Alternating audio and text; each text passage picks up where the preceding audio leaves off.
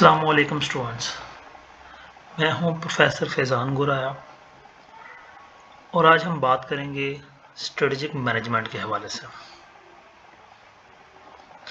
MGT 603 इसके lesson number 1 पे बात स्टार्ट करेंगे आज। What is strategic management? Strategic management can be defined as the art and science of formulating, implementing, and evaluating cross-functional decisions that enables an organization to achieve its objectives. इस definition को understand करने के लिए इसके बाद proper एक definition भी है, उसको भी एक दफ़ा पढ़ लेते हैं, फिर तफसीलन इस पर बात कर लेते हैं। डेफिनेशन लिखी हुई थी, ongoing process of formulating, implementing and controlling broad plans guide the organizations in achieving the strategic goals given its internal and external environment। मैं इसको तफसीली कुछ चीज़ें जो डिस्कस हुई हैं उनके बारे में थोड़ी सी बात कर लूँ। ये पहला लेक्चर थोड़ा सा लेंथी होगा, कई चीज़ें इसमें डिस्कस होंगी जो कि इन फ्यूचर हमारे काम आनी है। शॉर्ट लेक्चर्स हम इंशाल्लाह शॉर्ट लेक्चर्स पे बात करेंगे, यानी कि हर लेक्चर को शॉर्ट फॉर्म में 5, 6, 7 मिनट में 10 मिनट में हम कंक्लूड करेंगे ताकि आपको मिड टर्म की प्रिपरेशन के लिए आसानी हो। अच्छा, सबसे पहली चीज़ इसमें उसने पहले से बात की, formulating, implementing and evaluating. Strategic management basically इन 3 चीज़ों पे काम करता है कि हम कोई भी ऑर्गेनाइजेशन है वो सबसे पहले अपने लॉन्ग टर्म गोल सेट करती है, लॉन्ग टर्म ऑब्जेक्टिव सेट करती है, फिर उनको शॉर्ट टर्म गोल्स या शॉर्ट टर्म ऑब्जेक्टिव्स में कन्वर्ट किया जाता है। उसके बाद उन ऑब्जेक्टिव्स को, उन गोल्स को अचीव करने के लिए प्लान्स बनाए जाते हैं, प्लानिंग की जाती है, कुछ डिसीजंस लिए जाते हैं। उन प्लान्स को, उन डिसीजंस को हम स्ट्रेटजीज कहते हैं। यहाँ पे टर्म है स्ट्रेटेजिक मैनेजमेंट। इसमें सबसे पहली चीज़ प्लान बनाना, गोल सेट करना और प्लान बनाना जो है वो फॉर्मुलेटिंग कहलाता है। उसके बाद उसकी इम्प्लीमेंटेशन के वो गोल किस तरह प्लान किस तरह इम्प्लीमेंट करना है, गोल को अचीव करने के लिए किन रिसोर्सेज की ज़रूरत है, किस तरह से काम करना है, कितना ड्यूरेशन रिक्वायर्ड है, वो तमाम चीज़ें इम्प्लीमेंटेशन में आती हैं। और फिर तीसरे नंबर पे हम रिजल्ट्स को इवेलुएट करते हैं कि जो हमारी डिज़ायर्ड और जो एक्चुअल रिजल्ट्स आए उनमें क्या डिफरेंस आया, सेम आए, डिफर हुए तो किन रीजंस की वजह से हो। ये सारा कुछ स्ट्रेटजिक मैनेजमेंट के अंदर होता है। नीचे में यही बात की कि ongoing process of formulating, implementing and controlling broad plans, ठीक है, जो कि ऑर्गेनाइजेशन को गाइड करते हैं गोल्स को अचीव करने के लिए। यहाँ बेसिक स्ट्रेटजी गुड्स उसने कहा है, ये टर्म आई थिंक सो गलत है, ये गोल्स होना चाहिए था। फिर आगे उसने बात की इंटरनल एंड एक्सटर्नल एनवायरनमेंट। जो ऑर्गेनाइजेशन का इंटरनल एनवायरनमेंट होता है उसे, जो ऑर्गेनाइजेशन के अंदर का एनवायरनमेंट उसे इंटरनल कहते हैं, जो ऑर्गेनाइजेशन से बाहर है यानी कि जो मार्केट है हम उसे एक्सटर्नल एनवायरनमेंट कहते हैं। अब जो इंटरनल एनवायरनमेंट में जो फर्दर चीज़ें डिस्कस होती हैं वो दो होती हैं, एक तो होता है कंपनी की स्ट्रेंथ और दूसरी होती है कंपनी की वीकनेसेस। जो हम अंदर से बाहर निकलते हैं, एक्सटर्नल एनवायरनमेंट में जाते हैं, तो वहाँ पे भी दो चीज़ें हैं, एक अपॉर्चुनिटीज़ है और एक थ्रेट्स हैं। इनके बारे में इन फ्यूचर डिटेल में बात करेंगे। अब डेफिनेशन को इंटरप्रेट कर रहा है, ऑनगोइंग प्रोसेस, ये प्रोसेस मुसलसल चलता रहता है। शेपिंग ब्रॉड प्लान्स, बड़े प्लान्स को शेप किया जाता है, बनाया जाता है, उनको एस्टेब्लिश किया जाता है। स्ट्रेटेजिक गोल्स, हाँ मैंने सही बात की, ये गुड्स नहीं गोल्स है। अच्छा, strategic goals are those which are set by top management.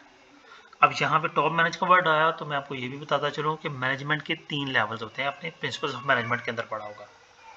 Top management, middle management और लोअर लेवल मैनेजमेंट, ठीक है। तो जो टॉप मैनेजमेंट होती है वो गोल सेट करती है और ब्रॉड प्लान्स बनाती है। उन प्लान्स को बनाने के लिए इंटरनल और एक्सटर्नल फोर्सेस को मद्देनजर रखा जाता है, ठीक है। यहाँ पे उसने इसके अंदर हमें बना के बताया भी है। अगली बात यह है, देख लिखा हुआ है स्टॉप पे, environmental scanning, strategy formulation, strategy implication और इवेल्युएशन एंड कंट्रोल। वही बात है कि वो 3 चीज़ें बेसिकली हैं, आगे इंशाल्लाह आएंगी।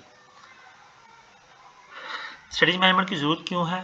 क्योंकि ग्लोबलाइजेशन का दौर है, हर बिजनेस को सर्वाइवल करने के लिए हर बात का मद्देनजर रखना है। अब देखिए, ग्लोबलाइजेशन की वजह से चेंज एक बेसिक ही पार्ट बन गया किसी भी चीज़ का, किसी भी बिजनेस का, किसी भी ऑर्गेनाइजेशन का। तो अगर कोई भी ऑर्गेनाइजेशन अप टू डेट नहीं रहेगी तो वो पीछे रह जाएगी। तो उसके लिए भी स्ट्रेटेजिक मैनेजमेंट बहुत ज़्यादा इंपॉर्टेंट है। प्रोडक्ट की प्राइस, उनकी क्वालिटी और फिर बढ़ता हुआ कंपटीशन और होल वर्ल्ड में आजकल टोटली ई कॉमर्स का एक्टिविटीज़ चल रही हैं, आप लोग अच्छी तरह से जानते हैं, ठीक है।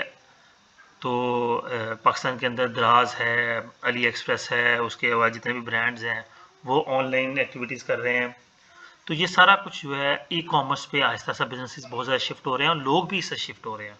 लोग बाहर निकल के मार्केट में शॉपिंग करने को इतना ज़्यादा पसंद नहीं कर रहे, ठीक है। ऑनलाइन शॉपिंग बहुत ज़्यादा हो रही है और बहुत से ऐसे बिजनेसेस भी हैं जो कुरियर चार्जेस को ऑफ कर रहे हैं। जब उनसे डिस्कस किया जाता है तो वो ये बताते हैं कि हमें कुरियर चार्जेस जो हैं वो फ्री करना हमारे लिए बेनिफिशियल है एज़ कम्पेयर टू द एक फ्रेंचाइज बना के उसके रेंट बिल और सैलरीज वगैरह उसकी निस्बत हमें कुरियर चार्जेस ऑफ करना ज़्यादा इजी लगता है। खैर, ई कॉमर्स के हवाले से थोड़ी सी मैंने आपसे डिटेल में बात की। फिर Earth environment has become a major strategic issue. A third theme is that the natural environment has become an important strategic issue. ठीक है, आजकल कोल्ड वार चल रही हैं। कोल्ड वार से क्या मुराद है? यानी कि बाकायदा हथियारों की जंगें नहीं है, लेकिन हर एक से आगे निकलने के लिए किसी न किसी वे में कंपटीशन चल रहा है। खैर, स्ट्रेटेजिक मैनेजमेंट में आगे जो चीज़ें हैं, जो मेन चीज़ें हैं होती हैं वो मार्केटिंग, मैनेजमेंट, फाइनेंस और रिसर्च एंड डेवलपमेंट। ये 4 चीज़ें बेसिक पार्ट हैं स्ट्रेटेजिक मैनेजमेंट का। ऑब्वियसली आप कोई भी प्लान बनाते हैं तो उसको अचीव करने के लिए फाइनेंस रिक्वायर्ड है। बनाना जिसने है वो मैनेजमेंट है, अचीव करवाना मैनेजमेंट ने, ठीक है। बिजनेस को सक्सेस करने के लिए मार्केटिंग चाहिए और लोगों को कैप्चर करने के लिए रिसर्च एंड डेवलपमेंट चाहिए ताकि नई से नई चीज़ मार्केट में लाई जा सके। हिस्ट्री को हम ऐसा जितना तफसील से नहीं देखेंगे, ज़रूरत नहीं है। मैंने आपको 3 चीज़ें बताई, फार्मूलेशन, इम्प्लीकेशन और इवेल्युएशन। ये इन्हीं 3 पे हमारी पूरी की पूरी स्ट्रेटेजिक मैनेजमेंट चलनी है जी। फार्मूलेशन के अंदर क्या है? हम अपनी स्ट्रेंथ देखते हैं, अपनी वीकनेस देखते हैं, अपॉर्चुनिटीज देखते हैं, एक्सटर्नल एनवायरनमेंट में थ्रेट्स देखते हैं और फिर अपना विजन और मिशन स्टेटमेंट सेट करते हैं। इसके बाद में भी आगे तफसील से बात करेंगे इंशाल्लाह जी। स्ट्रेटजी में फार्मूलेशन में allocation of resources, business to enter and retain, divest और liquidate, joint venture and mergers, expand, moving into. ये सब नाम पढ़ रहा हूँ, आगे इनकी तफसील आनी है, यहाँ इसकी ज़रूरत नहीं है, इसलिए बताने की ज़रूरत नहीं है। अच्छा जी, इम्प्लीमेंटेशन में मैंने बताया कि स्ट्रेटजी जब बन जाती हैं तो फिर उनको प्रॉपरली छोटे छोटे पार्ट्स में डिवाइड करके उनको इम्प्लीमेंट किया जाता है। दूसरी लाइन के एंड पे देखें, strategy implementation includes developing strategy supportive culture, creating an effective organisation का structure, redirecting marketing effort. Culture develop किया जाता है, ऑर्गेनाइजेशन का स्ट्रक्चर उस हिसाब से बनाया जाता है, मार्केटिंग एफर्ट को रीडायरेक्ट किया जाता है ताकि हम अपने शॉर्ट टर्म ऑब्जेक्टिव्स को अचीव कर सकें और with the passage of time वो लॉन्ग टर्म में कन्वर्ट हो सकें। फिर वैल्यूएशन में आता है, strategy valuation is the final stage of strategic management process. Management